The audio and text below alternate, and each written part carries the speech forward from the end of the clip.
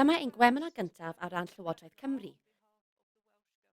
Ac rydym wedi bod yn gweithio gyda nhw ar brosiect sy'n edrych ar dinasyddiaeth a gwleidyddiaeth. Ac felly heddiw rydym yn cynnal gwemna dan arweiniad Zoe. Ein pennaeth addysg a datblygiad proffesiynol.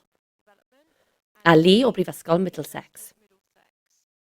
Ac maen nhw wedi bod yn gweithio gyda ni ar ganllawiau i ysgolion ynglŷn ag aros yn ddiduedd. Gobeithio byddwch chi'n mwynhau'r sesiwn, ac rwy'n mynd i drosglwyddo'n syth i Zoe ac i Lee. Diolch yn fawr iawn, Liz. Helo bawb. Fel y dwedodd Liz, Zoe ydw i, ac rwy'n edrych ymlaen yn fawr at weithio gyda chi heno. Ac mae Lee yma hefyd. Felly ni fydd y ddau fydd yn mynd â chi drwy'r prif ddigwyddiad. Rydw i newydd rhoi neges yn y blwch sgyrsio. I rheini ohonoch nad ydych efallai wedi gwneud hyd yn hyn, dim wedi rhoi gwybod i bawb efallai bydd cyfraniadau yn ystod ein sesiwn heno yn Gymraeg, a rydym wrth gwrs yn ei groesawu'n fawr.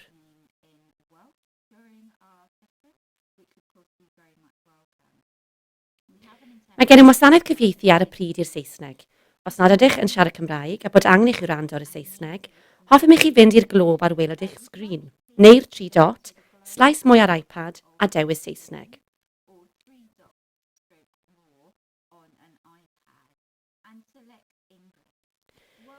Does dim angen i siaradwyr Cymraeg ddewis iaith gan ei bod nhw'n deall y ddwy iaith. Gwnewch yn siŵr eich bod wedi diffodd eich meicroffon, ond i bai eich bod yn cyfrannu, er mwyn osgoi sŵn cefndir a allai guddio sŵn y siaradwr. Felly, fe na fi gymryd eiliad neu ddwy i wneud yn siŵr bod pawb yn gallu dewis yr iaith y mae angen iddynt ei dewis. Felly, rhai ohonoch a hoffai rando'n Saesneg, dewisiwch hynny o'r glob, ac nid oes angen i siaradwyr Cymraeg ddewis unrhyw iaith.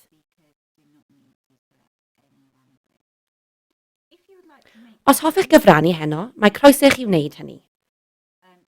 Gallwch chi teipio yn y blwch sgwrsio wrth i ni fynd yn ein blaenau, ac wrth gwrs rydym yn croesawu'n fawr unrhyw gyfraniadau yn Gymraeg hefyd, a bydd ein cyfieithydd yn gallu cyfieithu rheini hefyd wrth i ni fynd ymlaen.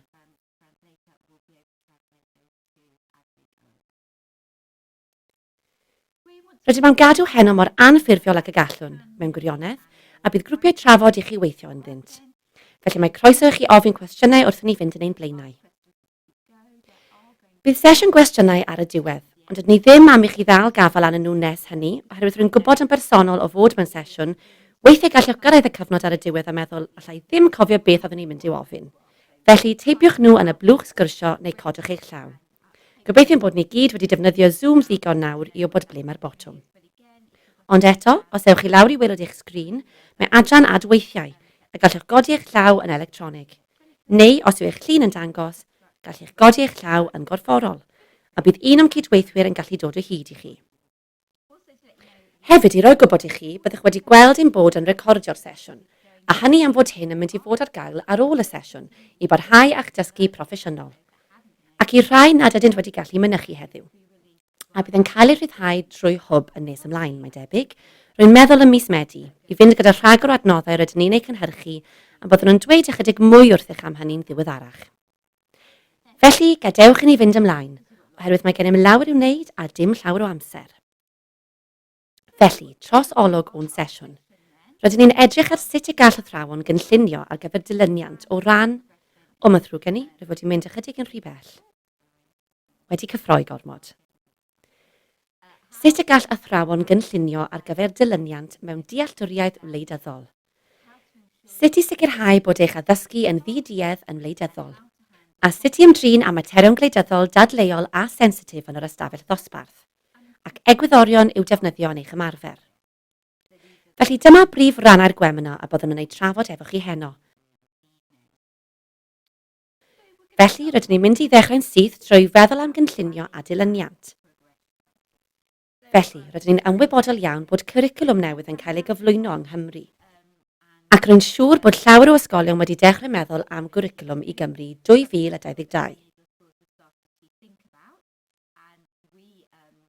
Ac rydyn ni wedi bod yn edrych ar hynny hefyd. Ac fel rhan o hynny, rydyn ni'n ymwybodol bod camau dilyniant newydd. A bydd myfyrwyr neu ddysgwyr yn cael eu hannog i edrych arnyn nhw. Felly hoffwn ddechrau gyda'r rhan gyntaf, sef rhyngweithio a chymryd rhan. Felly, gobeithio nad ydych yn rhy flynedig ac rwy'n gwybod ei bod yn ddiwedd y flwyddyn ac mae wedi bod yn flwyddyn arbennig o heriol. Felly diolch ymlaen llaw am gymryd rhan yn y rhan hon ac yn beidio bod yn ddim ond teithwyr ar hyd y daith. Sut mae person ifanc 1 ar 15 oed sy'n llythrennog ymwleidyddol yn edrych? Rydw i am yn ei ddechrau meddwl am hynny. Pe baich yn cwrdd â pherson 1 ar 15 oed yn y stryd, yn cynnal sgwrs gyda nhw, neu dywedwch eich bod yn eistedd wrth fwrdd cinio ac bod yn dechrau siarad am wleidyddiaeth. A phob peth gwleidyddol, beth fyddai'n gwneud i chi ddweud, waw, mae'r person ifanc hwnnw yn berson ifanc sy'n llythrennog yn wleidyddol. Nawr, mae croeso chi ddefnyddio'r blwch sgwrsio i gyflwyno eich syniadau, neu os hoffech droi eich meicroffon ymlaen, fel y gallwn siarad â chi, byddai hynny'n ddefnyddiol iawn hefyd. Ac os ydych chi'n cyfrannu yn y blwch sgwrsio, byddai'n ddefnyddiol iawn i ni wybod o ble rydych chi'n dod, pa fath o ysgol rydych chi ac o ba ardal, oherwydd mae gennym ddiddordeb mawr mewn gwybod gyda phwy rydyn ni'n gweithio heno hefyd. Felly, byddai'n dda gwybod gyda phwy rydyn ni'n gweithio, ac unrhyw syniadau sydd gennych am bobl ifanc 1 ar 15 oed sy'n llythrennog yn wleidyddol. Sut fydden nhw'n ymddangos? Sut fyddai person ifanc 1 ar 15 oed sy'n llythrennog yn wleidyddol delfrydol yn edrych, enghraifft? A fydden nhw'n gallu siarad â chi am bwy sy'n eistedd yn y Senedd ar hyn o bryd? A fydden nhw'n gwybod? A fydden nhw'n gwybod? Neu efallai am arweinwyr y cyngor lleol? Pa fathau o bethau fyddech chi'n disgwyl iddyn nhw allu ei gwneud? Mae croeso chi droi'ch meicroffon ymlaen a rhannu eich syniadau neu ei roi yn y blwch sgwrsio gyda mi. Rwy'n mynd i agor y blwch sgwrsio er mwyn i mi weld os oes unrhyw un wedi bod yn ddigon dewr i rannu unrhyw beth eto. Diolch. Felly, rydyn ni wedi cael awgrym. Rhywun sy'n deall beth yw gwleidyddiaeth. Sut mae'n gweithio yng Nghymru a'r Deyrnas Unedig a sut y gallen nhw gymryd rhan mewn proses ddemocrataidd. Gwych. Felly, gadewch i ni ddadod y broses ddemocrataidd ychydig yn fwy. Pa elfennau ydych chi'n meddwl sy'n gysylltiedig â'r broses ddemocrataidd efallai? Diolch. Felly, Katie, deall y system wleidyddol, gwybod sut i bleidleisio. Gwych. Ac mae hynny'n rhan bwysig o'r broses ddemocrataidd yn diwedd. Diolch yn fawr iawn, Katie o Gasnewydd. Enwau rhai gwleidyddion. Cytuno, rwy'n credu byddai hynny'n eithaf allweddol. Gwybod am bwy rydyn ni'n siarad. Elen, diolch. Mae eich sylwadau'n dod drwodd fan hyn. Enyn diddordeb mewn cymryd rhan mewn fforwm ieuenctid lleol. Gwych. Cyfrannu a bod a barn. Senedd Ieuenctid Cymru a deall democratiaeth. Ie, gwych. Diolch yn fawr iawn. Elizabeth. Gwybod enwau'r llywodraeth bresennol, bod ei barn eu hunain yn seiliedig ar benderfyniadau. Ac rydych chi yn Sir Benfro, rwy'n credu? Diolch. Diolch Helena o Gaerdydd, dealltwriaeth o wahanol bleidiau gwleidyddol, y syniad o ddatganoli ac enwau gwleidyddion. Gwych, diolch. Helo Wendy, Prifysgol De Cymru. Gwych, ffocws diddorol fan yna. O da, byddai adain chwith ac adain dde yn gwneud argraff arnoch chi, yn ogystal â materion cyfredol a'r newyddion. Wel ie. Ond ni fyddai'n wych pe gallem gael pobl ifanc i gymryd diddordeb yn y newyddion. Be sydd wedi digwydd i eistedd i wylio'r newyddion bob dydd? Efallai fod hynny'n rhywbeth y dylen ni i'w wneud mewn ysgolion nawr. Materion cyfoes. Diolch Rachel, hefyd yn Nghaerdydd. Senedd a Llywodraeth. Diolch Liz. Ymwybyddiaeth o'r materion mawr sy'n lliwio ein bywydau bob dydd. Diolch Edward. Oes gennych chi unrhyw syniadau eraill am beth yw'r rheini? Rwy'n cytuno. Felly beth yn ein barn ni yw'r materion mawr hynny sy'n lliwio ein bywydau bob dydd? A oes unrhyw un am helpu i ddadansoddi hynny? Oherwydd rwy'n cytuno'n llwyr y gallai ein person ifanc 1 ar 15 oed sy'n ymwybodol neu'n llythrennog yn wleidyddol fod â syniad o beth yw'r prosesau gwleidyddol. Ond gallai bod yn llythrennog yn wleidyddol fod ychydig yn fwy na hynny. Mae ymgysylltu â phobl ifanc yn wych. Da. Diolch Wendy. Mae gyda ni newid hinsawdd mewn fideo, Covid-19, tlodi. Ffantastig. A gallu cysylltu'r materion hyn yn ôl a'r syniad o beth yw'r materion hyn, gallu cysylltu yn ôl ar wleidyddiaeth a pholisiau sy'n effeithio arnyn nhw. Mae dystiolaeth gref iawn bod pobl ifanc, y dysgwyr rydych chi'n gweithio gyda nhw, ac rydyn ni gyd yn gweithio gyda nhw, yn llythrennog ymwleidyddol. Diolch yn fawr iawn, bawb. Felly gadewch i ni edrych ar yr hyn y mae'r camdilyniad ar gyfer pobl ifanc 16 oed yn awgrymu y dylai pobl ifanc allu ei wneud.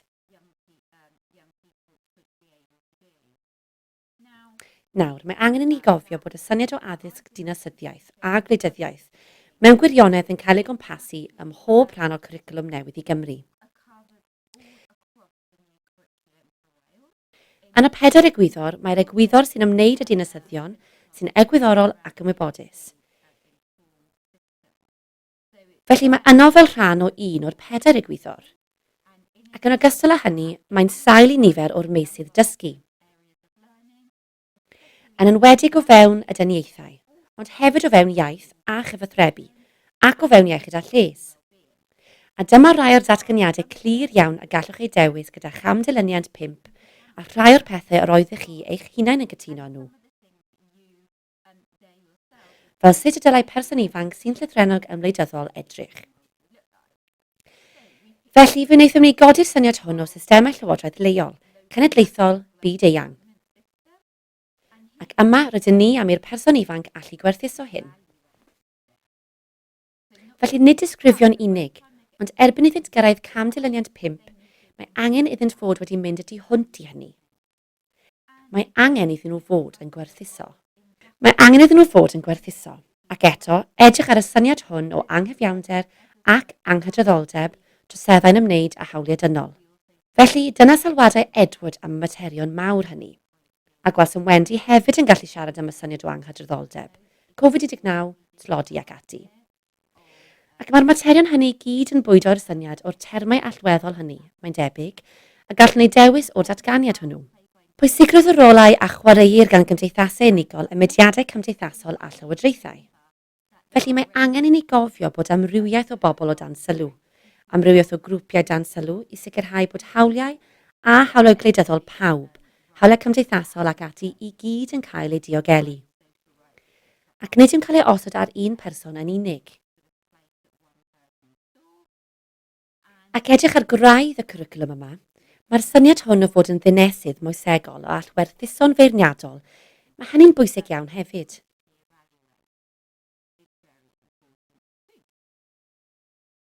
Ac felly mae'n parhau. Defnyddio argraffiadau a didyniadau am destunau cymleth. Felly daw hyn o dan iaith a chyfathrebu, ond hefyd gwerthuso dibynadwyedd, dilysrwydd ac effaith. Felly, efallai pan fyddwch yn berson ifanc 16 oed sy'n llythrennog ymwleidyddol, gallwch chi edrych ar gyfryngau newyddion, a gallwch chi edrych ar dyflenni gwleidyddol, a gweithio allan yr hyn maen nhw'n ei olygu ac yn bwysicach na dim, pa ddylanwad maen nhw'n ei gael arnoch. Gallwch ddarllen yn empathetig, a gweithio allan sut y bydd y wybodaeth hon yn eich helpu i ddod i'ch casgliadau ystyriol eich hun. Felly pan fyddwch yn gwneud penderfyniad gwleidyddol, gallwch ddod i'ch casgliadau, rydych chi'n deall y byddai'r rydych chi'n ei wneud yn effeithio arnoch chi. Ac yn olaf wrth gwrs, gallwch gyfleu eich meddyliau ar bethau oherwydd bod yn ymwybodol yn wleidyddol yn golygu mwy na deall yn unig. Mae'n ymwneud â chyfathrebu a dewis gweithredu. Iawn, rwy'n mynd i drosglwyddo i lu nesaf i barhau.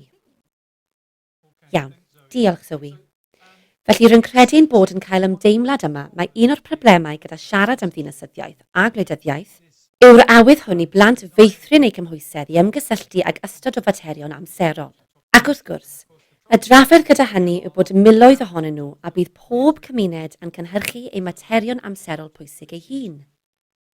Ond mae angen i ni hefyd sicrhau ein bod yn gwneud mwy na dim ond darparu lle i swp o sgyrsiau gwleidyddol amserol gwahanol a digyswllt ddigwydd. A'r ffordd o'r ydym yn gwneud hynny, neu'r ffordd o'r ydym yn awgrymu ein bod yn ei wneud, yw ei gynllunio'n gysyniadol yn yr un modd ac y byddech yn cynllunio eich darpariaeth o unrhyw faes pwnc dros amser. Mae hon yn gynrychiolaeth ddarluniadol wirioneddol amrwd o rhywbeth yr ydym i gyd yn ei adnabod, siŵr o fod, y cwricwlwm sbeiral.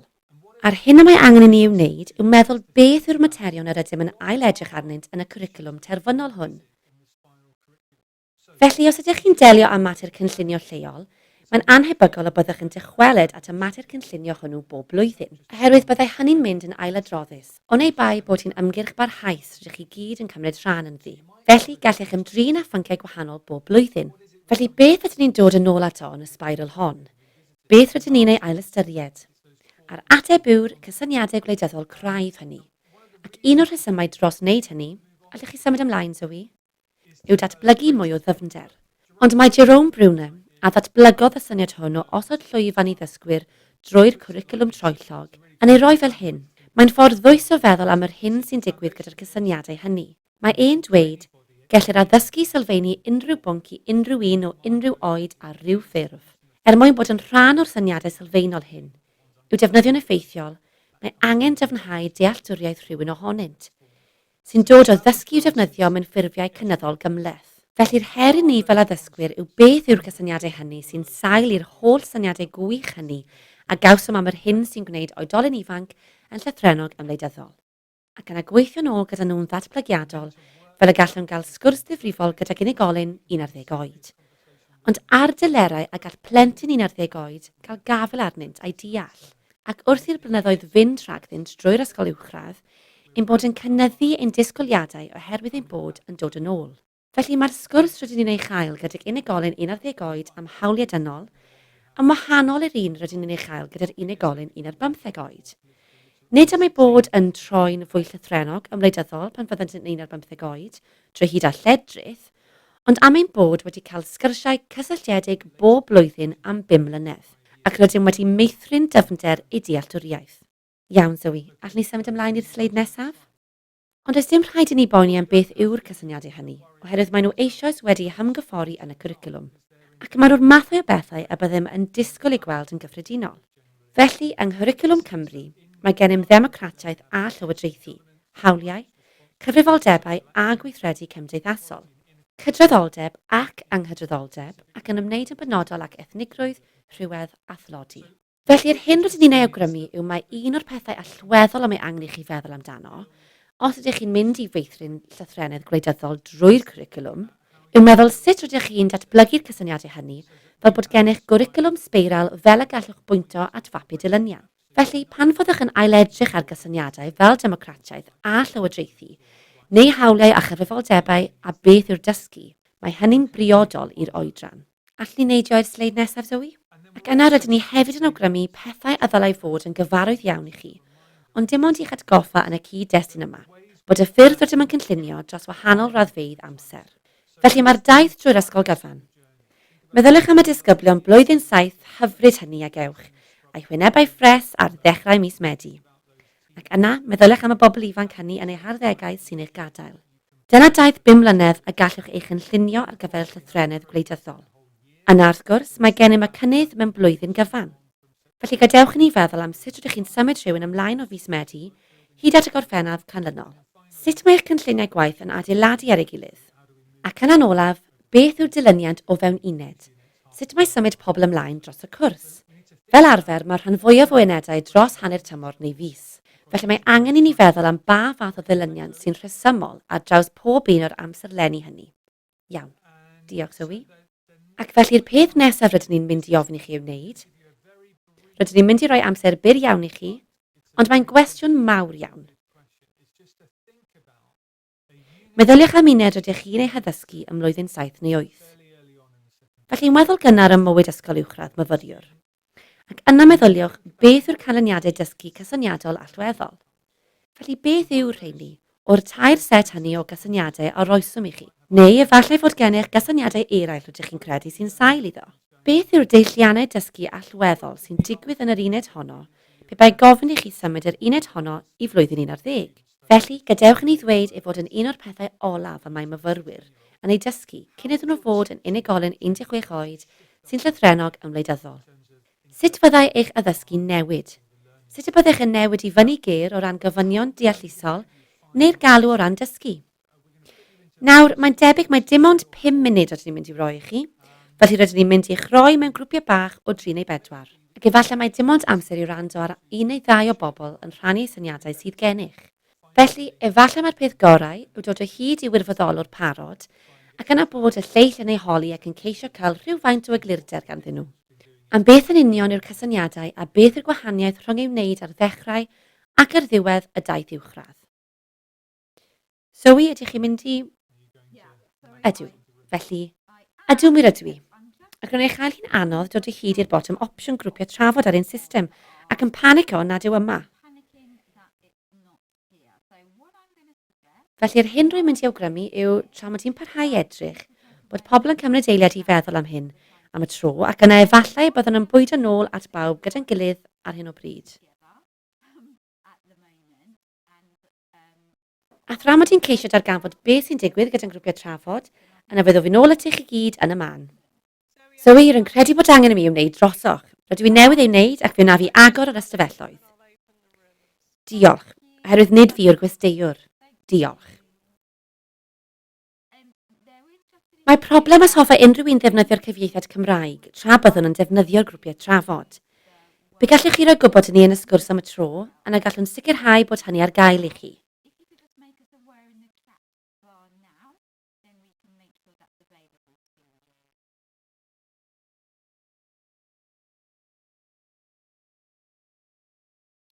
Iawn, rwy'n mynd i gymryd hynny fel arwydd ein bod i gyd yn iawn i fynd i mewn i'n hystafelloedd trafod. Gwych, iawn. Felly rydyn ni'n mynd i gymryd rhywfaint o adborth cyflym iawn o'r gweithgarydd meddwl hwnnw. Felly fe na fi roi 15 eiliad i chi feddwl am yr hyn y gallech chi ddweud am bas gwrs y gallech chi chael. Ac fe na fi ddweud wrthych chi beth oedd yn digwydd yn fy stafell trafod i. Roedd gyda ni Elin oedd, a dyma un o'r pethau diddorol hynny sy'n gwneud y pwynt ei bod yn gweithio yn y Senedd ac yn mynd allan i ysgolion i wneud ei gwaith ymgysylltu. Ac wrth gwrs, y broblem gyda hynny yw o ran dilyniant, efallai mae dim ond un cyfle mae hi'n ei gael i weithio gyda'r plant hynny. Felly, ar un ystyr, mae nhw'n cael beth mae hi am ei ddweud wrthynt, oherwydd dyna y mae angen iddi ei ddweud wrthynt, ac efallai na fyddant yn cael cynnig arall ar hynny. Felly, mae'n atgyfnerth hi'n wirioneddol i mi y math hwnnw o her, sy'n iawn, oherwydd dyna beth mae Elin yn ei wneud, ac mae hi fel adnodd rydych chi'n ei ddefnyddio. Ond yna, mae'n rhaid i'r athro gynllunio ar gyfer dilyniant ac yna mae'n cwestiynu pam rydyn ni'n cael Elin am flwyddyn 7, pan fydd y person i lawr y ffordd yn ei chael hi am flwyddyn 11. Pam mae'n gwneud synwyr i ni yn stori ein cwricwlwm ni, ac yn gwneud rhyw fath arall o synwyr iddyn nhw. Ond un o'r pethau yr oedd hi'n sôn amdano oedd ymgysylltu ac effaith. Ac rwy'n credu mae un o'r pethau o ran dilyniant, oherwydd rydyn ni gyd am gael hynny, ac wrth gwrs, mae plant ifanc mewn gwirionedd yn awyddus iawn i gymryd rhan, ac yn aml maen nhw'n ysbrydoledig iawn o ran effaith gwleidyddol. A byddai plant hŷn, gobeithio, yn parhau â hynny. Efallai'n bod yn ei sianeli i bleidleisio a phethau eraill. Ond o ran cynllunio ar gyfer dilyniant, un o'r heriau rwy'n credu yw cymryd yr ymdeimlad hwnnw o effaith neu effeithiolrwydd, a helpu plant i ddeall yr ystod lawn o ffyrdd o fynegiant ac ymgysylltu gwleidyddol, fel y gallen nhw wneud penderfyniadau gwybodus am y peth gorau i'w wneud ar gyfer y broblem hon.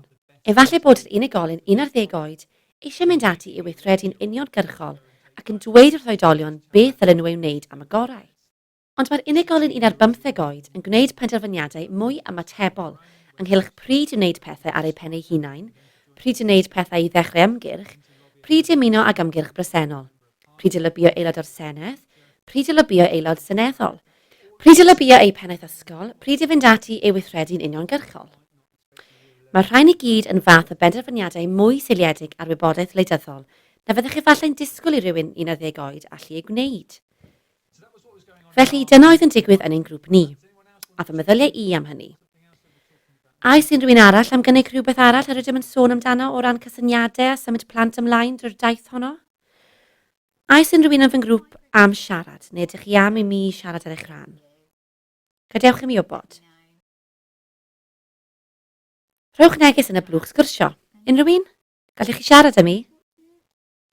Felly llawer o ddechreuwyr yn fy grŵp i.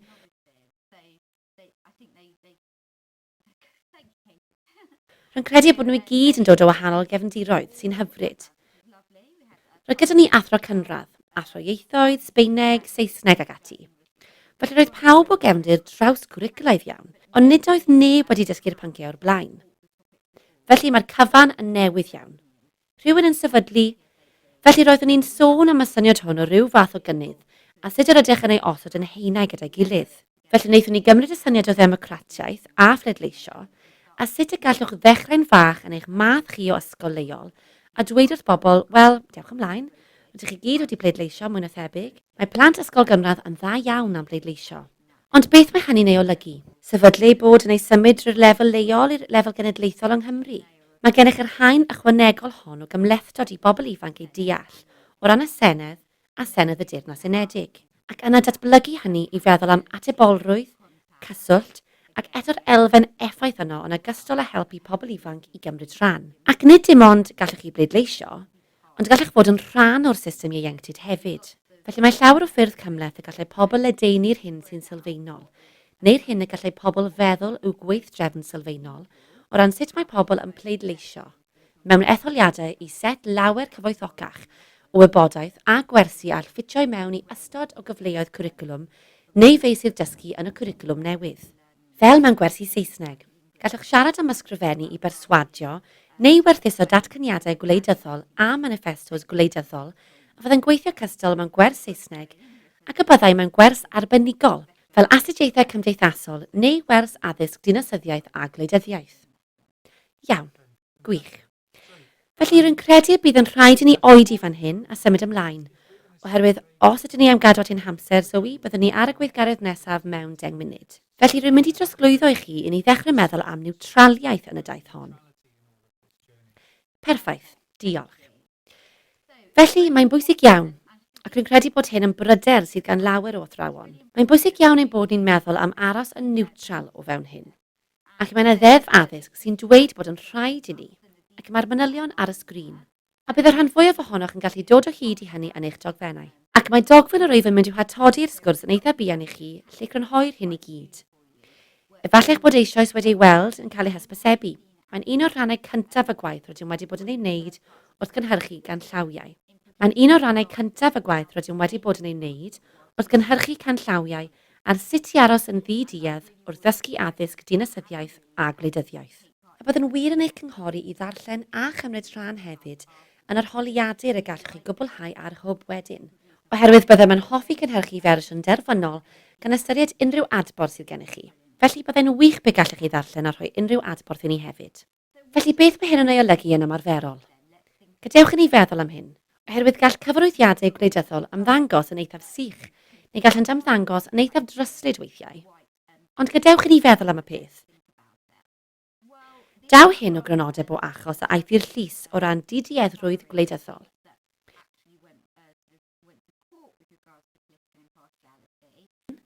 A gallwch chi ddarllen dros eich hun fan hyn, ond rwy'n credu mae'r prif grynodeb y mae angen i ni feddwl amdano yw nad yw'r syniad hwn o ddidieddrwydd gwleidyddol yn gofyn i ymarferwyr roi sylw cyfartal. Ac rwy'n credu bod hyn yn bwysig iawn, oherwydd mae rhai ymarferwyr yn poeni tasach chi'n dweud, ac rydych chi'n dweud bod Llafur Cymru yn dweud ei bod yn mynd i wneud hyn. A mae'n rhaid i chi gydbwyso eich hun ar unwaith drwy ddweud, fodd bynnag, mae'r ceidwadwyr yn dweud ei bod yn mynd i wneud hyn, neu mae plaid yn dweud ei bod yn mynd i wneud hyn. Ond nid dyma'r hyn yr ydym yn ei ddweud sy'n rhaid digwydd, ac nid yna beth mae'r ddeddf addysg yn dweud sy'n rhaid digwydd. Mae'r hyn ydym ni'n ei ddweud yw eich bod dros gyfnod o amser, felly dros eich cyfnod cynllunio, yn gallu canolbwyntio ar yr hyn y mae un grŵp penodol neu un ffocws penodol yn ei ddweud. Ond, o fewn cyfres o wersi neu dros gynllun gwaith, rhaid i chi sicrhau bod sylw cyfartal wedi'i roi i wahanol safbwyntiau. Iawn? Felly yn hytrach na roi tair gwersi un ac un wersi gompasu popeth arall, ni fyddai hynny'n sylw cyfartal. Ond gallwch chi gyd bwyso dros gyfnod o amser pan fyddwch yn asesu syniadau penodol, safbwynt penodol. Ac wrth gwrs, os nad ydych yn cynllunio'n ofalus, ni fydd hynny'n digwydd. Felly sut allwn ni wneud hyn? Wel, rhif 1 yw trwy ddilaniannu eich cynnwys. Edrychwch ar y ffynonellau gwybodaeth rydych chi'n ei defnyddio, a phryd rydych chi'n ei defnyddio. Felly ymchwiliwch yn ofalus, a meddyliwch pryd a sut rydych chi'n mynd i ddefnyddio rhain yn eich gwersi. A meddyliwch pa safbwyntiau gwleidyddol sy'n cael sylw yn eich gwersi, a phryd. Peidiwch yn meddwl o rydym wedi rhoi hynny mewn oherwydd rwy'n teimlo y dylai fod yno. Meddylwch yn ofalus am sut rydych chi'n defnyddio'r rhain. Ydyn nhw'n cael eu defnyddio ar yr adeg iawn ac i gefnogi'r farn gywir? Gnewch yn siŵr bod gennych rhyw fath o drefn ac offer. Ydych chi wedi dysgu myfyrwyr ac rwy'n troi nôl at wersi Saesneg eto fan hyn efallai, neu hyd yn oed unrhyw athrawon diniaethau, haneswyr? Ydych chi wedi dysgu ffordd benodol i fyfyrwyr dadansoddi dogfennau, adroddiadau papur newydd, pethau felly? Ydyn nhw'n gwybod sut i adolygu rhain, eu hystyried, chwilio am un ochr, a gyfer pwy maen nhw wedi hysgrifennu? Pwy sydd wedi hysgrifennu? Pam ei bod wedi gyhoeddi? Pethau felly. A oes ganddyn nhw safbwyntiau o'r fath?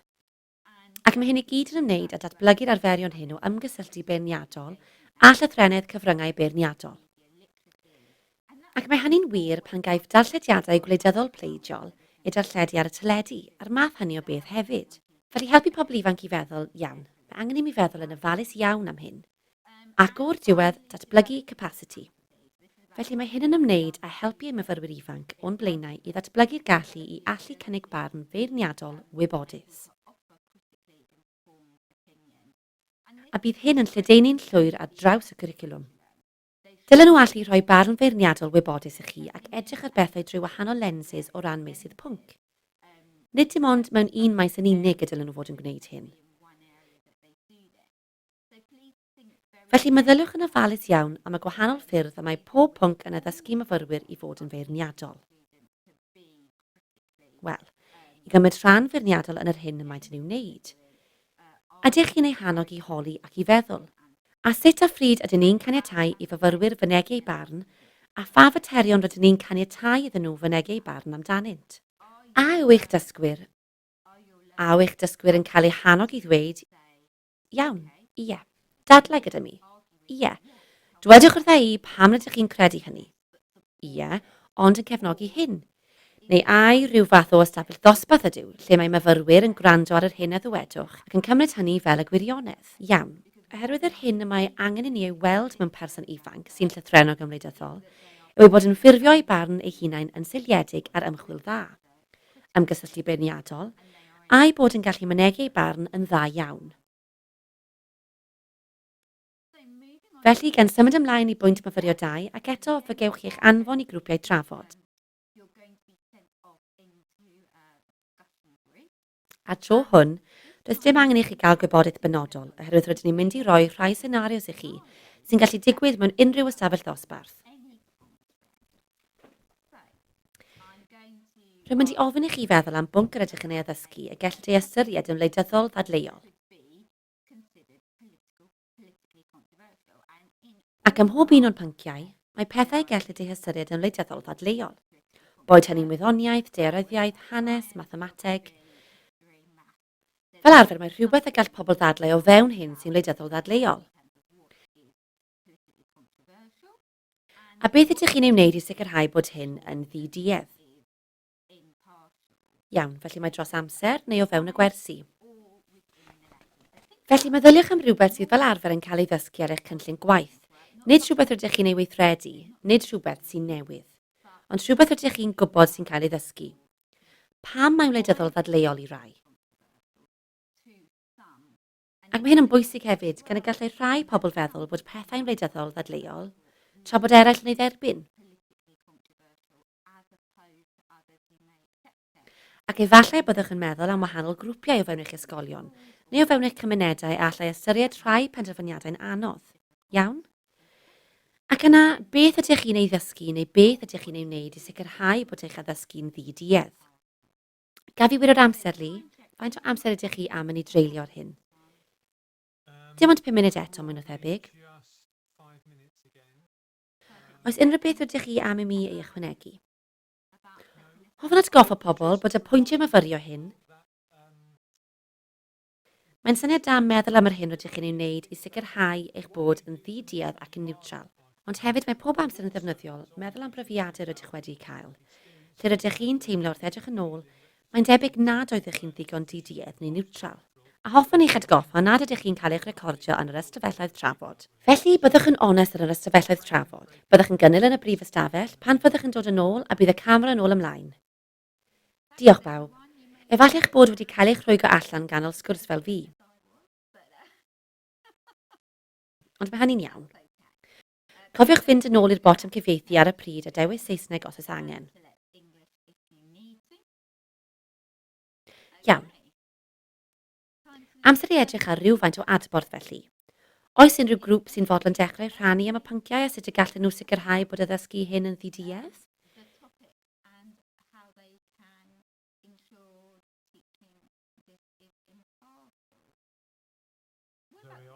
Fe na fi ddechrau tra bod pobl yn meddwl am hyn yn gyflym iawn, oherwydd mae llawer o faterion da iawn wedi'u codi. Un ohonynt oedd pryd mae bod yn gwbl ddiduedd a phryd mae chwarae rhan dadleuedd y diafol. Syniad arall a ddaeth i'r amlwg oedd gwneud yn siŵr eich bod yn cyflwyno'r ddwy ochr neu ddwy ochr i ddadl o leiaf, hyd yn oed os yw un ochr yn y lleiafrif. Ond yn mynd i ddod yn ôl at hynny oherwydd yr enghraifft oedd cynhesu byd eang a newid yn yr hinsawdd, ac rwy'n credu bod dulliau gwahanol y gallem eu cymryd, ac roedd rhywun arall yn dweud fod gan bobl ei barn am yr hyn sy'n digwydd mewn addysg grefyddol, mewn ysgolion crefyddol.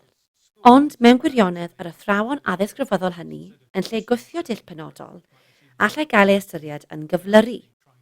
Mae nhw mewn gwirionedd yn ceisio agor lle i'r plant lunio eu barn ystyriol eu hunain, i ddatblygu ei set eu hunain o safbwyntiau.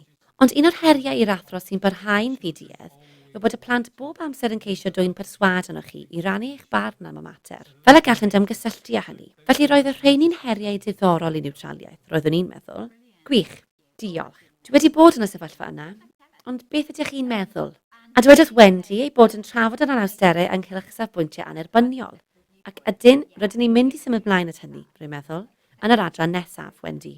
Felly bydd gen i ddiddordeb i glywed eich barn pan ddowni at hynny. Os oes unrhyw un arall oedd mewn grŵp arall sydd am deipio unrhyw beth yn y blwch sgwrsio, mae hynny'n ffordd dda iawn i bawb ei weld. Bydd eich rhaid ni fel grŵp ddweud, dwi ddim yn credu bod ni'n gwneud unrhyw beth.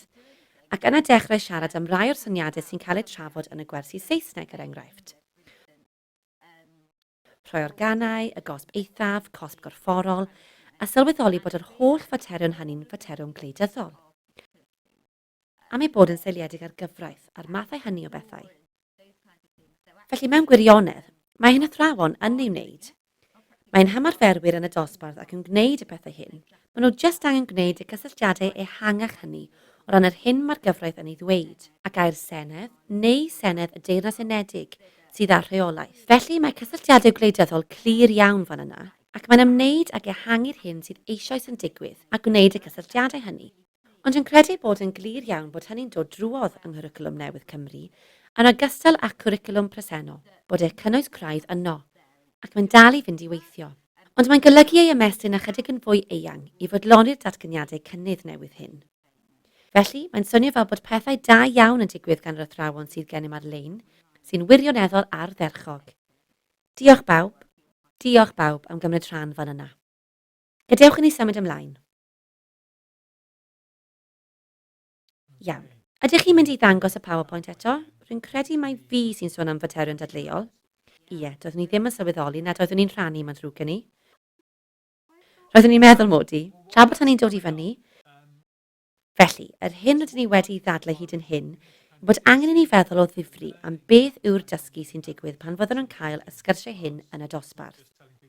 Nid dim ond dweud wrth bobl sut i bleidleisio. Mae rhyw fath o ddatblygiad cysyniadol dyfnach, meddwl dyfnach yn digwydd dros y blynyddoedd. Rydyn ni wedi dweud bod yn rhaid i'r athro gynnal rôl ddiduedd. Rydyn ni hefyd wedi dweud nad yw hynny'n rhy syml. Mae'n fwy ymatebol ac mae'n rhaid i hynny ddigwydd ar draws eich cynllunio hefyd. Ac yna mae'n rhaid i ni gyrraedd y sefyllfa hon o feddwl am mae llawer o'r materion sy'n codi mewn sgyrsiau gwleidyddol mewn ystafellau dosbarth sy'n addysgu gwleidyddiaeth a dinasyddiaeth yr hyn y gallem ei galw'n faterion dadleuol. Nawr, rwy'n credu bod pynciau llosg yn rhan ganolog o rhan fwyaf o faterion gwleidyddol, a dywedodd Bernard Crick, tad bedydd addysg dinasyddiaeth i nifer ohonyn ni, rhywbeth tebyg i ac rwy'n arall eirio fan hyn, pan fyddech chi a mi'n anghytuno ynglyn â'r peth iawn i'w wneud, rydyn ni'n galw hynny'n ddadl foesegol. Ond pan gaif hynny ei droesi i lefel gymdeithasol, bod yn rhaid i rywun wneud penderfyniad, daw hynny'n wleidyddol. Felly, os ydych chi'n sôn am erthylu, neu oedrannau cydsynio, neu awm briodol cymryd cyffur a'i peidio, mae hynny'n benderfyniadau personol i chi. Ac efallai fod gennym syniadau gwahanol am hynny. Ond mae'n rhaid i rhywun osod y fframwaith cyfreithiol y byddwn nhw'n gwneud y penderfyniadau hynny ynddo, a bydd rhywun yn gwahardd rhai pethau sy'n iawn yn eich barn chi. Dyna pryd mae'r ddadl foesegol honno'n symud yn gadarn i diriogaeth gwleidyddiaeth, ac mae'r rhan fwyaf o faterion gwleidyddol yn ddadleuol. Ond gyda dadleuol rydyn ni'n golygu rhai pethau penodol. A dyma restr o nodweddion diffiniol ac cytunir arnyn nhw'n gyffredinol. Dyw hi ddim yn hawdd ei setlo gan ffeithiau yn unig. Felly, y mwyaf o effeithiau fyddwch chi'n ei haddysgu yn yr ystafell ddosbarth, fyddwch chi ddim yn dod â phawb i'r un pwynt consensws. Rydyn ni'n mynd i gael trafodaeth wleidyddol. Mae'n mynd i gael ei liwio gan ffeithiau, ond ni fydd yn cael ei setlo gan ffeithiau. Mae yna safbwyntiau gwahanol dilys, felly ar ddiwedd y wers dda, bydd gan y plant amrywiaeth o safbwyntiau, gan dynnu ar yr un ffeithiau, a bydd modd iddyn nhw gyfiawnhau amrywiaeth o safbwyntiau gwleidyddol. Ond gallai hynny fod yn unrhyw beth.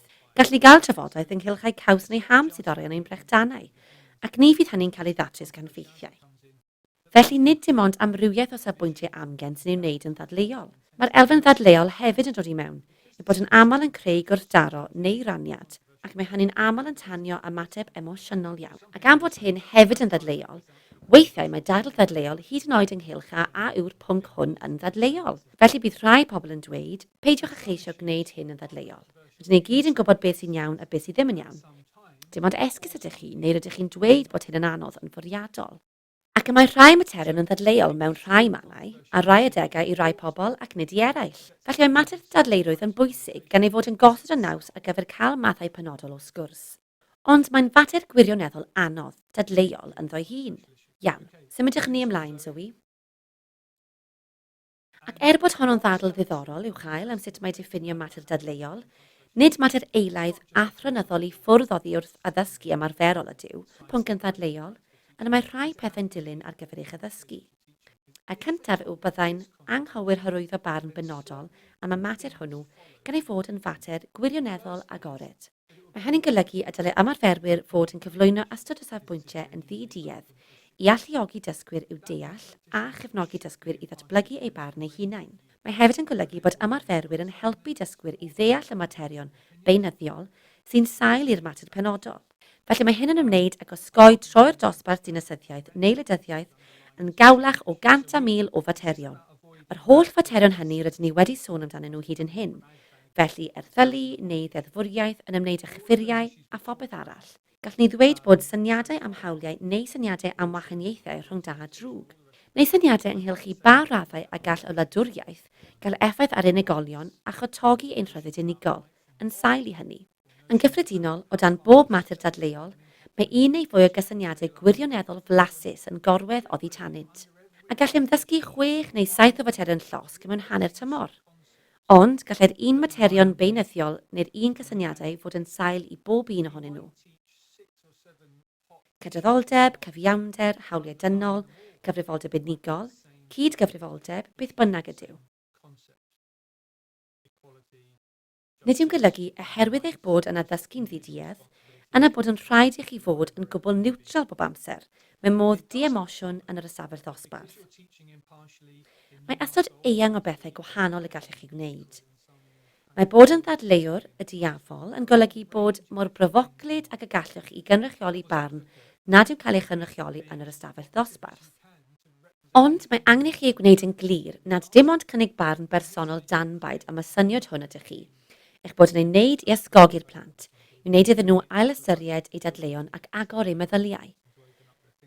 Ac yna'n olaf, mae'n rhaid i ymarferwyr fod yn ofalus ynghylch mynegu eu barn eu hunain. Daeth hyn i'r amlwg ar unwaith yn ein trafodaeth grŵp.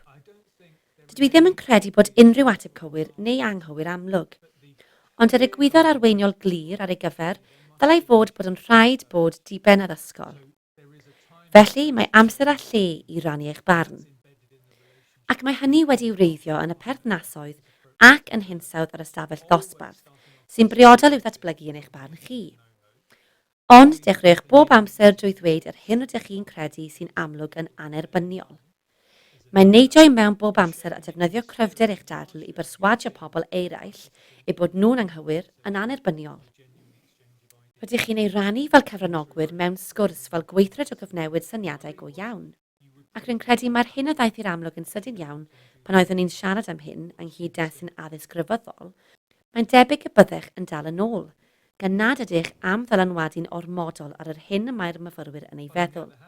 Ond ar y llaw arall, os yw'r myfyrwyr wir yn poeni am yr hyn rydych chi'n ei feddwl, yna efallai byddai'n anghywir ei gelu am byth.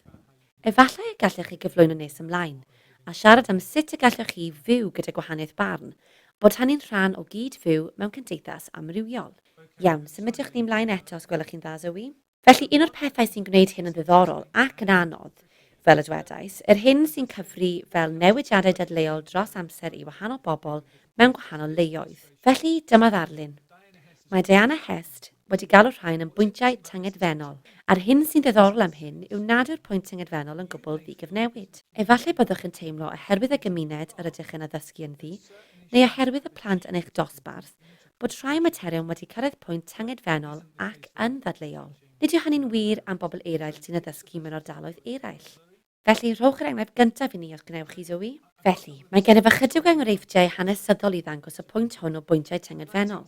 Yn y bedwaredd ganrif ar 15, nid oedd hawliau hoyw i rhan fwyaf o bobl yn ddadleuol, oherwydd i'r rhan fwyaf o bobl roedd bod yn hoyw yn amlwg yn anghywir. Roedd hyn yn gyfnod lle roedd trin cyfunrywioldeb fel rhywbeth meddygol ar ei anterth. A phe bai chi'n hoyw, byddech chi ddim yn ceisio gwaredigaeth. Mwy na thebyg y byddech chi'n naillau'n byw eich bywyd yn y cysgodion, neu byddech chi'n ceisio ymyrraeth feddygol. Felly doedd e ddim yn ddadleuol. Roedd yn farn sefydlog, ond mae'n debyg nad yn y ffordd y byddem yn fodlon byw gydag e heddiw. Y darn nesaf, os gwelwch chi'n dda. Felly cafod cyfnod o ddadleirwydd dwys pan oedd pobl yn gorymdeithio ar y strydoedd ac yn torri ar draws cyfarfodydd gwleidyddol. Gyda darlledwyr newyddion y BBC, oherwydd roedden nhw ddim yn hoffi'r ddeddfwriaeth oedd yn mynd drwy'r Senedd. Yn llythrenol yn ymladd mewn studios teledu a'r Senedd a phopeth arall. Felly roedd yna gyfnod pan oedd hyn yn anhygol o ddadleuol. Roedd yn fater ansicr, ac roedd yn berffaith iawn cael amrywiaeth o safbwyntiau mewn ysgolion ynglŷn â beth fyddai'n digwydd. Newch chi symud ymlaen, Zoe.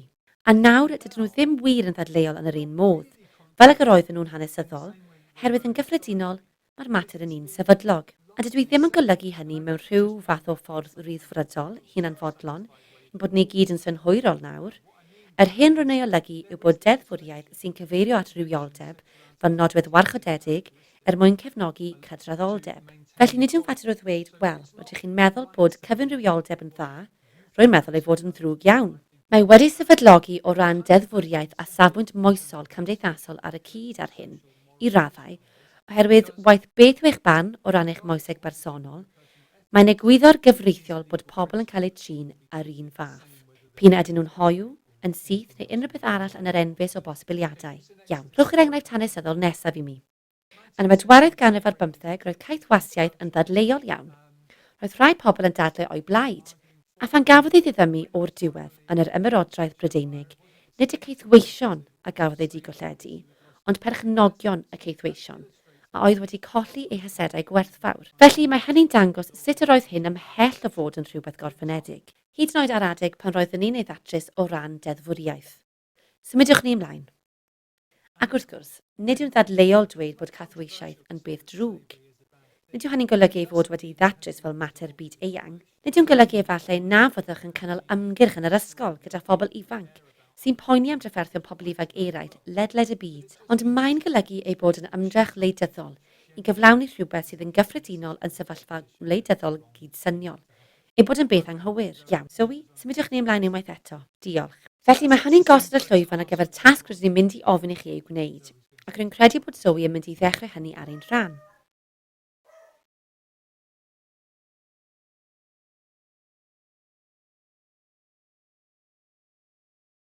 Mae'n ddrwg gen i. Roedd y meicroffon wedi dewi. Yn eich bar sgwrsio, dylech weld bod ffeil senarios ynghlwm a dylech allu lawrlwytho rheini. Os oes gennych unrhyw broblem, plis rowch wybod. Ac yn eich ystafelloedd trafod, mae 3 senario i chi edrych arnyn nhw. Yn dibynnu ar amser, rwy'n credu gallwn ni roi senario yr un i chi edrych arno, ac yna gallwch chi roi adborth arnyn nhw. Ar gyfer pob un, hoffem i chi nodi'r broblem. Ydych chi'n credu y gellid bod wedi atal rhag codi? Beth ddylai'r ymarferydd ei wneud yn yr ystafell ddosbarth ar y foment honno? A beth y gallent ei gynllunio fel unrhyw ymateb dilynol o ran delio â'r dosbarth wedyn? yn y wers nesaf, neu ymhen ychydig wersi. Iawn, gaf i wir o'r amser, Lee. Ydyn ni'n meddwl y gallen ni drafod senario o'r un, neu a yw pobl yn mynd i allu mynd drwy rai ohonyn nhw? Byddwn yn dweud os cymeron 10 munud gallai wneud synwyr i bobl ddewis. Dechrau gyda rhif ar gyfer ei grŵp. Felly senario 1, os ydych yn grŵp 1, os byddwch wedi drafod yn drylwyr, a'n amlwg symudiwch ymlaen i un arall. Ffantastig. Iawn, bawb. Felly gwnewch yn siŵr eich bod chi'n gallu cael mynediad i'r senarios. Maen nhw mewn ffeil PDF sydd yn chlwm wrth y sgwrs. Gobeithio gallwch lawrlwytho rheini. Ymunwch â'ch grŵp. Felly, os ydych chi yn grŵp 1, senario 1, grŵp 2, dechrau gyda senario 2, grŵp 3, senario 3. Ewch yn bellach ag y gallwch ac yna ewch yn ôl i 1, 2 neu 3 yn dibynnu ar ble y gwneithoch ddechrau. Gwelwn chi gyd yn fuan. Iawn, wel, dwi ddim yn gwybod amdanoch chi, ond fe gawsom drafodaeth dda iawn. Mae'n ofn mai dim ond un senario gwneithom ni ei drafod, ond gobeithio eich bod chi wedi llwyddo i drafod eich senarios chi mor fanwl ag y gwneithom ni. Felly rwy'n mynd i ofyn am adborth gan y grwpiau, ac yna rydyn ni'n mynd i siarad am rai syniadau o ran sut y gallwch chi ymdrin am materion fel hyn. Ac roedd yn ddiddorol. Mae'n debyg bod rhai o'r pethau hyn yn codi mewn y sefyllfa dosbarth ar draws y byd, os ydyn ni'n onest gyda'n gilydd. A phobl ifanc yw pobl ifanc, ac maen nhw'n ymateb yn yr un modd. Felly, allai fi ddechrau gyda senario 2, os gwelwch yn dda.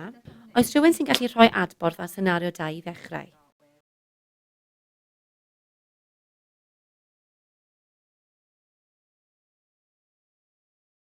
Mae'n dawel.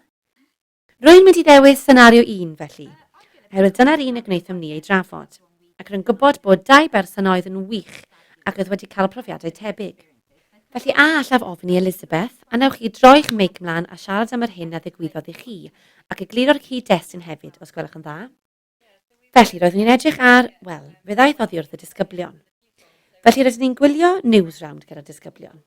Ac yn y newyddion lleol, roedd rhai mewn fidwyr oedd wedi symud i wersyll y fyddin yn eithaf agos i'r ysgol. Ond roedden nhw, daeth y math o drafodaeth o'r tu allan i'r ysgol, o safbwynt o'r rhieni. Ac roedd yn eitha tanbaid. Felly fe wnaethom ni benderfynu ei drafod fel pwnc. Y teitl oedd Don't Hate, Educate. Felly roedd yn rhywbeth oedd... Roedd yn digwydd ochr yn ochr ar rhywbeth a wnaed mewn Senedd Ieuenctid drwy'r Senedd. Ond roedd yn edrych ar fideo a mewn fideo ac yn diffinio mewn fidwyr. Ac fe wnaethom ni edrych arno o lawer o wahanol safbwyntiau a chael siaradwyr i mewn.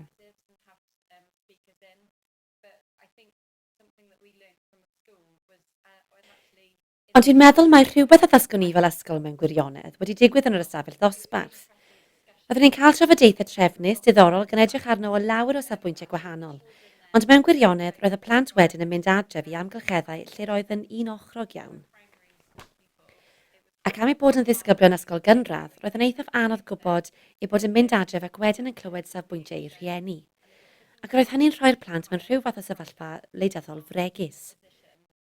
Ond fe wnaethon ni'n gorau o ddysgu nhw gymaint â phosib, a chyflwyno barn gytbwys. Roedd yn ddiddorol. Diolch. Ac rwyf am dynnu sylw at y ffaith eich bod yn eich ysgol hyfforddi yn doeddech chi pan wnaethoch chi hynny. Roedd yn fy lleoliad, felly dysgus lawer, do. Ffantastig, gwaith gwych. Ac rwy'n credu bod hwnnw'n bwynt pwysig iawn i'w godi. Weithiau pan fyddwn yn tynnu sylw pobl ifanc at y pethau hyn, ni yw rhai o'r bobl gyntaf yw cael ei gwestiynu'r hyn mae'r rhieni'n ei ddweud, neu efallai hyd yn oed feddwl mewn persbectif gwahanol yw'r rhieni. Gall hynny fod yn eithaf anodd i ni, ond hefyd yn eithaf anodd i'n dysgwyr yn yr ystafell ddosbarth glywed. Efallai nad yw'r hyn rwy'n ei glywed gartref yn iawn a gall y feddwl mewn ffordd wahanol. A gall hynny achosi heriau o'r cartref, a dyna pam ei bod mor bwysig cael uwch dîm arwain sydd y tu ôl i chi. Ac mae hynny'n fy arwain yn syth at ein hesboniad nesaf gan Katie. Helo, rwy'n credu mai gwers comic relief roeddwn ni'n ei chyflwyno ar ffoduriaid, ac roedd gennyf fyfyriwr ym mlwyddyn 9 o oedd â safbwyntiau pendant am ffoduriaid. Ac roeddwn ei gweld mewn goleuni eithaf negyddol. Roedd y mynegau farn yn y dosbarth. Felly, fe wnes i ganiatáu fyfyrwyr eraill herio ei farn a chael ychydig o drafodaeth.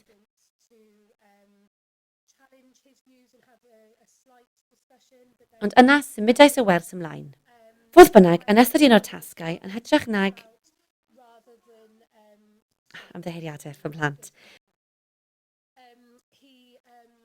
Roedd e'n teimlo nad oedd am gymryd rhan yn y gweithgaredd, ac fe ysgrifennodd y lythyr ataf yn mynegu ei farn a'i siom gyda'r hyn yr oedd hwn yn ei gyflawni.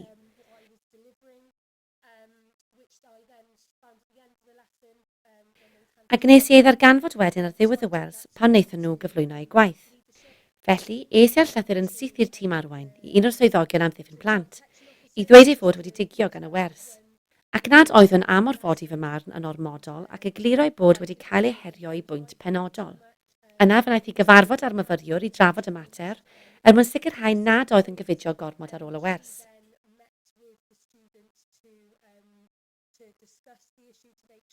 Ac mae'n debyg hefyd i geisio cael deialog gyda gef am rai o safbwyntiau, arweiniodd at gwyn gan rieni. A gallwch weld fod ei farn yn deillio o'r farn wleidyddol gartref.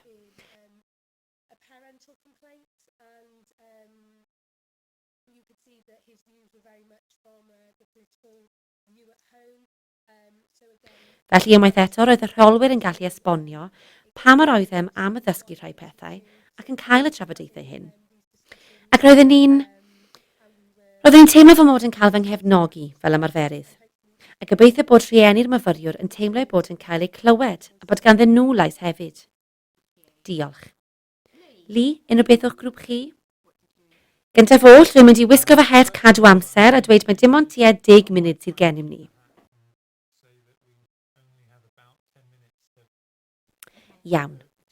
I ddod o'r sesiwn i ben yn daclus, ond cyn i chi roi'r PowerPoint ar y sgrin unwaith eto i ni orffen, cawsom ystod wych o brofiadau gan roeddwn ni'n sôn am pan fyddwch chi'n baglu mewn i weithgaredd, rydych chi'n cael y plant i wneud eu manifesto. Rydych chi'n meddwl eu bod nhw'n mynd i gyflwyno eu syniadau, ac mae'r person cyntaf sy'n ymddangos yn cyflwyno ystod gymharol galed, fe eithafol o safbwyntiau. Rydych chi'n gwybod sy'n mynd i beri gofid i rai o'r dysgwyr eraill yn yr ystafell ddosbarth. Felly cawsom ystod o syniadau, o dewch ar sgwrs i ben, ond egluroch yn union pam. Siaradwch am atgasedd a, chi'n gwybod, nid fforwm gyhoeddus agored yw hwn o reidrwydd. Nid yw pobl yn dod i'r ysgol i gael eu tramgwyddo neu upsetio nac i drafod eu bywyd personol. Felly rhowch reswm, gnewch e'n addysgol, heriwch bobl, os teimlwch y gallwch yn y foment, ac archwiliwch eu syniadau fel athro sydd â dyletswydd gofal. Meddylwch am gael sgwrs gyda nhw ynglŷn ag o ble daeth eu syniadau. Efallai bydd angen i chi feddwl a yw'r unigolyn yma'n rhywun sy'n cael ei ddenu i grwpiau radical eithafol, ac a oes mater diogelu yr ydych am fynd ar ei drywydd. Ond hefyd bydd yn sôn am ei fframio fel mater yn ymwneud â hawliau. A bydd plant yn aml iawn yn dweud wrthych, wel, mae gennyf hawl i fy marn fy hun, ond ar yr un pryd, mae gan bobl eraill hawl i fod yn nodweddion gwarchodedig, i fyw y bywyd moesegol, i deimlo bod yr ysgol yn fan lle maen nhw'n cael eu gwerthfawrogi, ac felly rydych chi'n ei osod fel bwriad hawliau gwrthgyferbyniol, a sut rydyn ni'n mynd i'w ddatrys heddiw, yw nad ydych chi'n mynd i gael dweud eich dweud. Felly mae'n ddysgu pwerus sy'n gallu deillio o'r ymyriad hwnnw gan athro, yn hytrach na i gael lawr a gadael rhywun yn teimlo'n glwyfedig, a bod yn cael ei hanwybyddu. Diolch.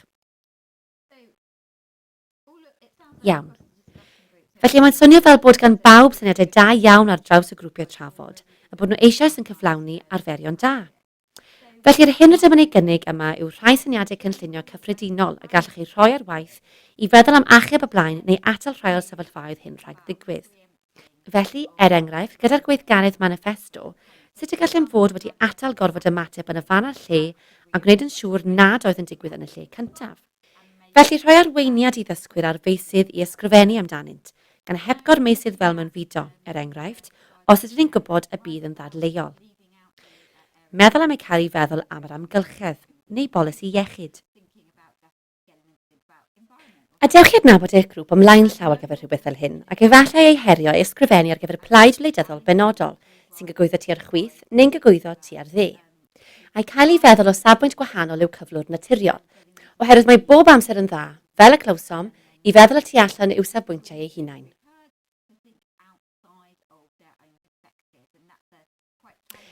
Ac mae hynny'n eithaf heriol, ond hefyd yn ei helpu i weld bod persbectif gwahanol yw persbectif nhw eu hunain. Gan feddwl efallai am yr un sy'n ymwneud â mewn fideo. Sut allwn ni atal hyn? Ymatebion heb eu cynllunio. Maen nhw'n gwybod mwy na ni.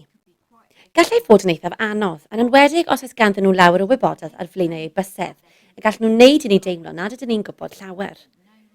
Felly'n sicr yr holl syniadau y byd yn siarad amdanynt eisoes, ac yna dweud y byddwch yn ailgydio y drafodaeth yn ddiweddarach, mae angen i ni symud ymlaen.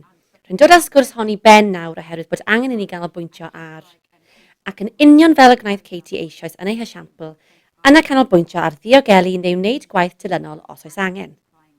A nodi o ble y daeth y wybodaeth. A ddylai bod angen i chi ymweld â theulu, neu a yw myfyrwyr yn dod o rywle arall gyda hyn.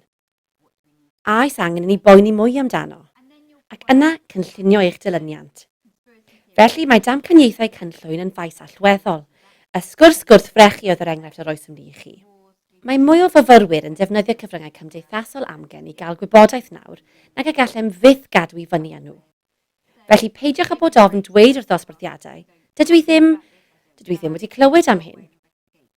Dydw i ddim yn gwybod. Ewch i ffwrdd ac ymchwiliwch ymhellach. A dydych chi ddim eisiau cynyddu eich sgwrs gyda phobl ifanc fan yna, gyda'ch dysgwyr, oherwydd mae'n ddigon posibl eich bod yn cynyddu lledaeniad gwybodaeth anghywir. Pan fyddwch yn mynd yn ôl at y mater ar ôl i chi ddysgu rhagor amdano, gallwch gynnig safbwynt sy'n chwalu'r mythau a gallwch wneud hynny hefyd drwy gynnig techneg ymhellhau. Felly yn hytrach na mynd i'r afael ag ef yn uniongyrchol a dweud wrthyn nhw, rydych chi'n anghywir a dyma pam rydych chi'n anghywir, gallwch edrych ar sefyllfa debyg, eu helpu drwy ddinoethi hynny ac yna gwneud y cysylltiad. Felly y meddylfryd ymgysylltiol a beirniadol hwnnw y buom yn siarad amdano ar ddechrau'r noson, bydd hynny'n helpu pobl ifanc i wneud hyn. A'r mwyaf beirniadol ac ymgysylltiol y don nhw yr holl ffordd drwodd, gorau oll y don nhw wrth adnabod damcaniaethau cynllwyn a phethau felly dros yn eu hunain.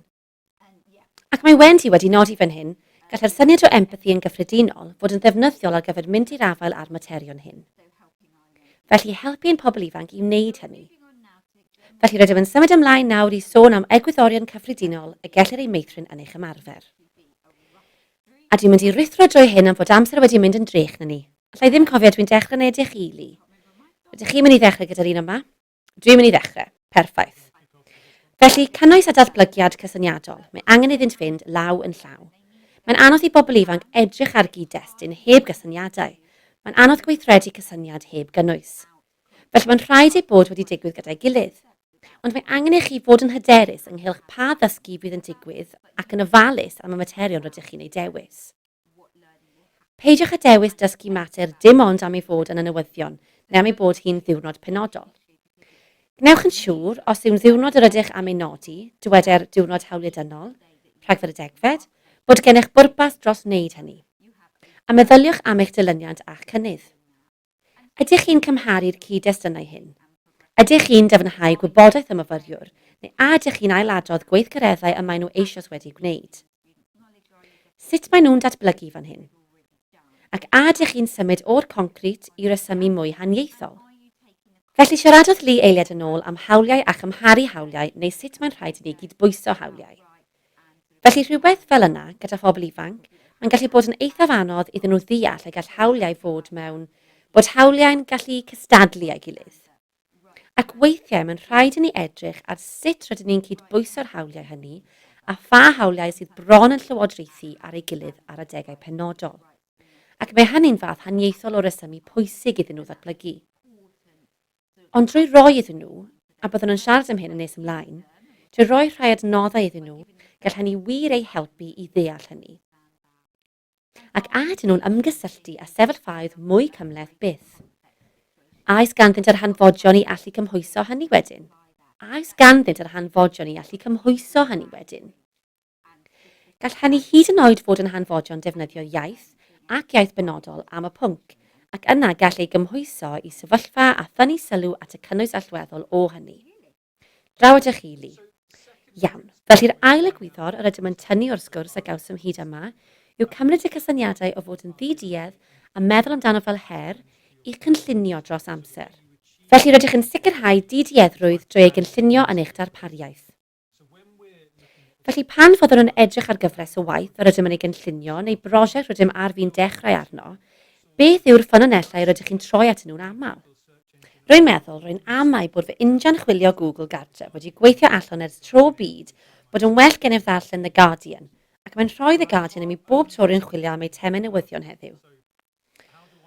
Ond allai ddim dim ond addysgu o The Guardian.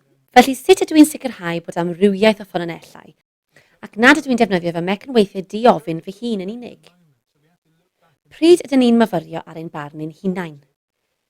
Mae'n anodd iawn gwneud hynny yn y foment.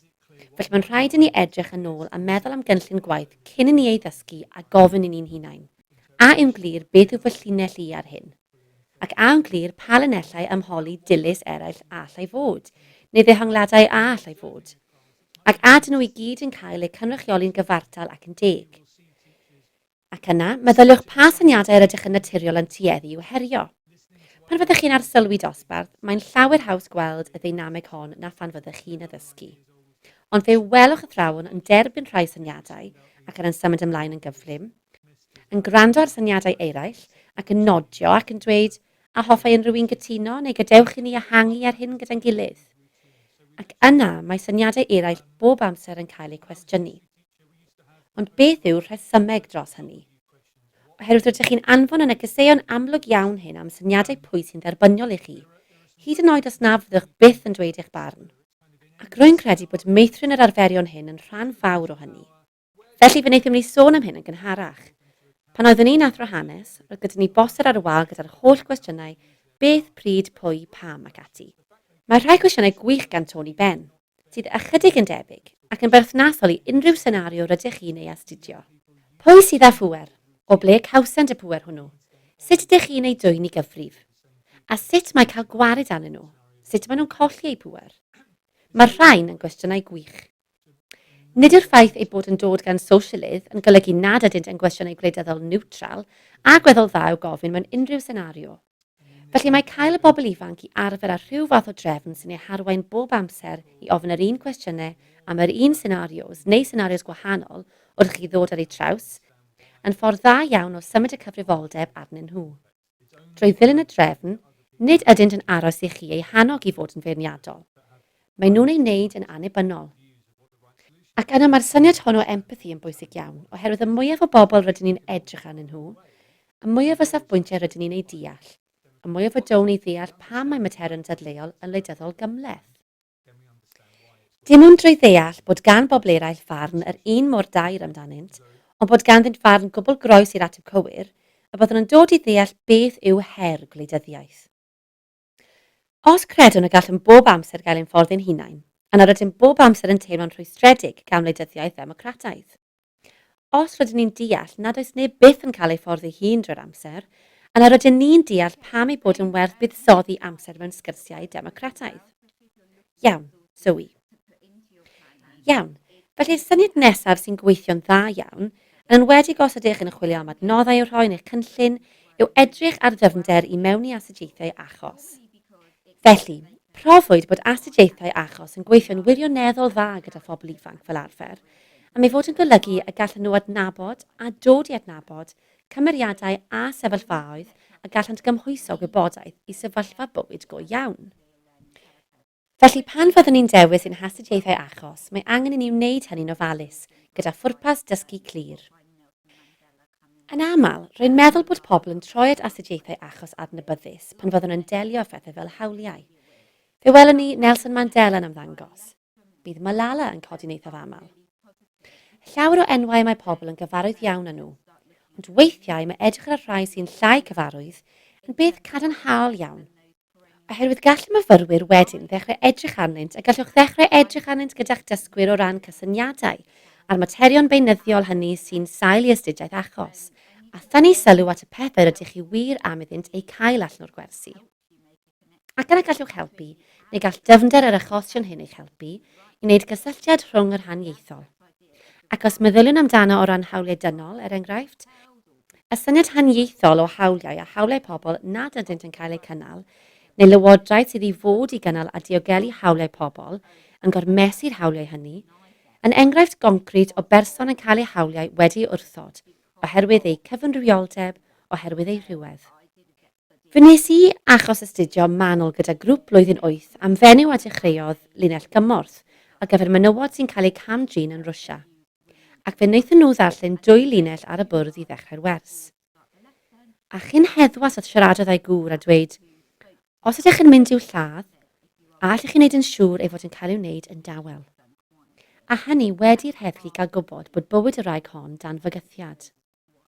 Ac wrth gwrs, gwnaeth yr astudiaeth achos honno iddyn nhw feddwl ar unwaith, iawn, beth? Doedd ganddyn nhw ddim syniad am bwy oedd yr astudiaeth achos tan y diwedd. Ac erbyn y diwedd, roedden nhw'n defnyddio'r astudiaeth achos i dynnu sylw at gynifer o faterion a chymaint o anghydraddoldebau, nid yn unig yn Rwsia, ond hefyd ledled cymunedau lleol a materion yn y Deyrnas Unedig hefyd a gallwch wneud cysylltiadau â nhw. Felly mae'n bwysig iawn eich bod yn meddwl am eich bod chi'n darllen unrhyw achosion ydych chi'n ei dewis os meddyliwch am y cysyniadau a'r prif feysydd cwricwlwm yr ydych am dynnu sylw atynt. Felly, meddyliwch am bwy sy'n cael ei cynrychioli yn yr astudiaeth achos a pha argraff sy'n cael ei chreu. Felly, dydyn ni ddim wir eisiau defnyddio astudiaeth achos sy'n creu naratif dioddefwr. Enghraifft, mae rhywun, astudiaeth achos, mae'r ffordd y mae wedi ysgrifennu yn creu rhyw fath o gyd-yn-deimlad. Ond dydyn ni ddim ychwaith am ddefnyddio astudiaeth achos sy'n creu rhai pobl fel rhai sy'n gweithredu o hyd neu'n weithredwyr ymosodol mewn ardaloedd. Mae angen i ni feddwl yn ofalus am bwy rydyn ni'n ei ddewis a pham. Ac yna meddyliwch am ddilyniant eich gwersi ar hyn yr ydych yn ei ddatblygu. Ydych astudiaeth achos yn cyflwyno'r syniad yr hoffech chi ei ddysgu? A yw'n dangos syniad sydd eisoes wedi ei ddysgu? Felly, a ydych yn mynd i addysgu am natur gymleth hawliau menywod drwy, enghraifft, astudiaeth achos fel y gwnes i? Neu, a ydych yn mynd i esbonio cysyniad hawliau menywod i bobl ifanc ac yna dweud, gadewch i ni edrych ar yr astudiaeth achos hon ac a allwch gymhwyso hawliau menywod iddi. A chi sydd i benderfynu oherwydd rydych chi gyd yn adnabod eich dosbarthiadau, i weld beth fydd yn gweithio orau iddyn nhw. Draw at y chili. Iawn, ac yna'r egwyddor olaf. Mae'n amlwg yn yr hyn rydych chi wedi ddweud eisoes yn y gweithdy hwn, ond croesawu y ddysgeg ymatebol. A'r unig beth rwy'n mynd i'w ddweud yma dim ond i orffen yw bod angen i ni, pan fyddwn yn ymateb i'r sefyllfa mae plant ynddi, mae'n bwysig ymateb i hynny, i werthfawrogi'r hyn y maen nhw'n ei gynnig, ond hefyd i wrthsefyll dychwelyd i farn ddiffygiol am ba gymunedau y maen nhw'n dod ohonynt, a pha fath o safbwyntiau sydd yn y cymunedau hynny. Rwy'n credu bod hyn yn dod drosodd yn gryf iawn. Os ydych chi'r math o berson sy'n athro gwleidyddiaeth neu dinasyddiaeth, yn aml iawn mae gennych ymrwymiad cryf iawn i gyfiawnder cymdeithasol. Ac felly mae'n hawdd iawn gweld pob math o safbwyntio problematig yn y cymunedau a meddwl y bydd eich ymyriad rhywsut yn rhyw fath o gydbwysedd. Ond mewn gwirionedd, a daeth hyn drwodd yn yr hyn yr oedd pobl yn ei ddweud, rhaid i ni fod yn wirioneddol glir mae'r hyn mae hynny'n ei olygu yw bod y meddwl agored a gallai croesawu ystod y safbwyntiau fod yn bersonol anodd i rai o'r bobl ifanc sydd yn eich ystafell dosbarth. Ac felly rhan o'i helpu ymgysylltu yw rhoi iddynt y math o offer i ymgysylltu ar sgyrsiau anodd hynny o fewn eu teuluoedd ac yn eu cymunedau, a chyda phobl eraill y gallent fod â barn wahanol iddynt. Felly rhyw fath o arfogi pobl ifanc i ddechrau croesawu syniadau newydd. Gallent ddychwelyd at y syniadau oedd ganddynt ar y dechrau am wahanol resymau a chydnabod bod hynny'n gwbl ddilys ac y bydd amrywiaeth o safbwyntiau gwahanol bob amser. Felly gwneud yn siŵr ein bod yn ymateb mewn ffordd sy'n gadael lle a pharch tuag ar farn pobl eraill. Ac mae'n rhaid i hynny gyd, rwy'n meddwl, dim ond ailadrodd yr hyn rydym wedi bod yn ei ddweud, gael ei osod yn eich cynlluniau gan nad oes yr un ohonom am fod yn athro sy'n sefyll ar ein traed, yn rhoi hunain yng nghanol dadl danbaid gyda 30 o bobl ifanc sydd i gyd yn mynd i fynd adref a sbarduno cyfres o gwynion gan ei rhieni, pan nad oes gennym bolisi. Dydyn ni ddim wedi trafod hyn gydag arweinwyr yr ysgol. Does neb yn ein hadran yn gwybod beth rydyn ni'n ei wneud. Mae ein hadnoddau yn eithaf rhagfarnllyd am ein bod wedi ei lawrlwytho diwrnod cynt, oherwydd ein bod yn credu byddai hwn yn bwnc llosg. Mae hynny gyd yn gofyn am drwbl, ac mae modd ysgoi hynny drwy wneud rhywfaint o gynllunio hen ffasiwn da. Felly, dyna ein casgliad ysgubol, rwy'n credu. Ac yna rwy'n meddwl y gallwn ni atal y ffilmio a throi at y cwestiynau oherwydd rwy'n ymwybodol ein bod allan o amser. Felly mae hwn yn amser ychwanegol i unrhyw un sydd ag unrhyw faterion llosg y maent am eu crybwyll. Dylwn ddweud hefyd, os nad ydych eisoes wedi cael golwg arno, fod canllawiau a ysgrifennwyd gennym ar hwb. Os ydych chi'n chwilio am ganllawiau i ymarferwyr ar aros yn ddiduedd a hwb, yna fe welwch hynny, ac yn y fan honno, mae rhai o'r egwyddorion cyffredinol hyn wedi crynhoi'n rhyw fath o restr wirio. Pethau i'w gwneud a phethau i beidio i'w gwneud. Pethau i'w gwirio cyn i chi ddechrau ddysgu materion gwleidyddol anodd. Dim ond i wneud yn siŵr eich bod wedi rhoi sylw i'r holl seiliau hynny. Yn arbennig o ddefnyddiol, rwy'n meddwl os ydych chi'n gweithio gyda chydweithwyr llai profiadol. Yr hyn rydym am ei wneud yw atal pobl rhag syrthio i'r trapiau. Felly, beth bynnag, draw ydych chi am unrhyw gwestiynau neu sylwadau terfynol. Efallai li y gallwn ddiolch i bawb am fynychu. Mae croeso chi aros ymlaen a gofyn cwestiynau. Mae'n ddrwg gen i ein bod ni wedi rhedeg ychydig dros amser heddiw. Rydyn ni'n gobeithio bod y sesiwn wedi bod yn ddefnyddiol. Diolch yn fawr i Zoe ac i Lee, ac rwy'n mynd i oedi'r recordiad fan yna. Ac yna, os hoffai unrhyw un ofyn cwestiynau, mae croeso mawr i chi aros ymlaen a gwneud hynny.